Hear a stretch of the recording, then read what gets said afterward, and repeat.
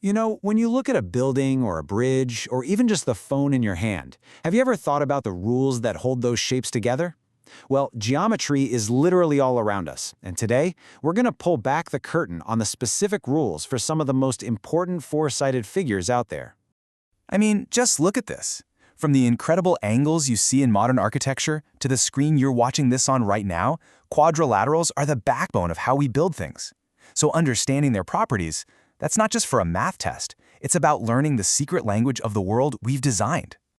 So here's our game plan. We'll start with what it takes to be a parallelogram, then we'll walk through a real proof to see why the rules work. After that, we'll meet a whole different kind of shape, the kite, and finally, we'll wrap it all up with a quick summary of everything you need to know. Okay, first up, the parallelogram. It might look pretty straightforward, but it's got some really specific rules. Think of it like a club with a strict guest list. Not just any four-sided shape gets in. So, let's find out what it takes to get past the velvet rope. And this is our first key, our first big rule, Theorem 4.21. It's a really powerful test. It tells us that if you can find just one pair of opposite sides that are both congruent, meaning they're the exact same length, and they're also parallel, then boom, you've officially got a parallelogram, no question. Let's put that rule to the test right here with this shape, RSTV. If we can show that the top side, RS, is parallel to the bottom side, VT, and that they're the same length, then we know for an absolute fact this shape has to be a parallelogram. It's a done deal. But hey, this is geometry. We don't just take things at face value. We have to prove them. So let's actually walk through the formal, step-by-step logic and see exactly why this theorem is undeniably true.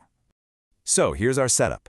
We are given that in this quadrilateral, RSTV, side RS is parallel to VT, and side RS is also congruent to VT. Our job? We have to prove that RSTV is a parallelogram. All right, let's start the proof. Step 1 is easy. We just state what we already know, the given information. For step 2, we make our first strategic move. We're going to draw a diagonal line from point V to point S. Now, why would we do that? Because it slices our quadrilateral into two triangles, and triangles are way easier to work with. The reason we're allowed to do this is a fundamental rule. Between any 2 points, you can always draw one straight line. Okay, next. Step 3 seems, well, kind of obvious. We're stating that the line VS is congruent to itself. This is called the identity or reflexive property, and trust me, it's an important piece of the puzzle. Now for step 4. Since we already know the top and bottom lines are parallel, that diagonal we drew acts as a transversal cutting across them. And whenever that happens, there's a special relationship. The alternate interior angles, see how they're on opposite sides of that diagonal? They have to be congruent. And now, this is where it all comes together. Look what we have. We've got a side, RS, a matching angle, angle RSV, and another matching side, VS. This is the perfect recipe for the side-angle-side postulate, or SAS. It lets us officially declare that the two triangles, RSV and TVS, are completely congruent. They're identical copies. Now that we know the triangles are twins, we get to use one of the most powerful tools in geometry. It's a rule called CPCTC. It's a mouthful, but it just means corresponding parts of congruent triangles are congruent. Basically, since the triangles are identical, all their matching parts have to be identical too. So that lets us say with total confidence that angle RVS is congruent to angle TSV. We are in the home stretch. Remember how we said parallel lines give us congruent angles? Well, it works in reverse too. Since we just proved that angles RVS and TSV are congruent, that means the lines they're between, RV and ST, must be parallel. And that's the final piece. We started out knowing one pair of sides was parallel, and we just logically proved the other pair of sides is parallel, and what do you call a shape with two pairs of parallel opposite sides? By definition, that's a parallelogram.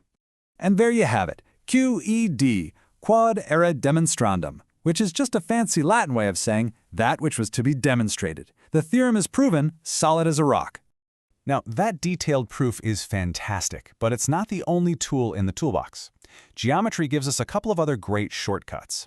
Theorem 4.2.2 says if you can just show that both pairs of opposite sides are the same length, you've got a parallelogram.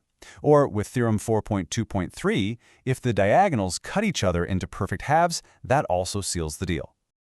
Before we go any further, here's a really crucial piece of advice. When you're drawing a figure to help you think through a proof, Be so careful not to add extra conditions. If the theorem is about a general parallelogram, don't draw a perfect rectangle or a square. You might accidentally fool yourself into using rules that don't apply. You have to stick only to what's given. All right, we've gone pretty deep on the parallelogram, so now let's switch gears and look at a quadrilateral with a totally different vibe, the kite. It's a shape you probably recognize, but its geometric rules give it a really unique personality. And yeah, the name is pretty much perfect, right? The geometric kite on the right is basically the mathematical blueprint for the toy you see on the left. You see those little tick marks on the sides? That's the secret code telling us which sides are equal, and that's the key to its whole definition. So here it is, the official definition. A kite is a quadrilateral that has two distinct pairs of congruent sides that are adjacent. And that word, adjacent, is everything. It means the equal sides are next to each other, touching, not opposite each other like in a parallelogram. That's the key difference. And because of that unique side setup, we get a very special property laid out here in Theorem 4.2.4. In any kite, there is exactly one pair of opposite angles that are congruent. And more specifically, it's always the angles that are squished between the sides of different lengths. Okay, we have covered a lot of ground here. Theorems, proofs, new shapes. So let's take a second and boil it all down into a nice, clean summary. Think of this next part as your personal geometry cheat sheet. This table right here, this is your takeaway. It lays out the 4 big ideas we talked about. You can see there are 3 different tests you can use to prove something's a parallelogram. One that uses parallel and congruent sides, one that just uses congruent sides, and one that uses the diagonals. And then for the kite, it's all about that one pair of congruent opposite angles. It's the perfect at-a-glance guide. So we've cracked the code for parallelograms and kites, but they're just 2 members of this huge, fascinating family of quadrilaterals. So my question to you is this. Now that you know these rules, what other special 4-sided shapes, like rhombuses, rectangles, trapezoids, can you start spotting out there in the world around you? Keep your eyes open.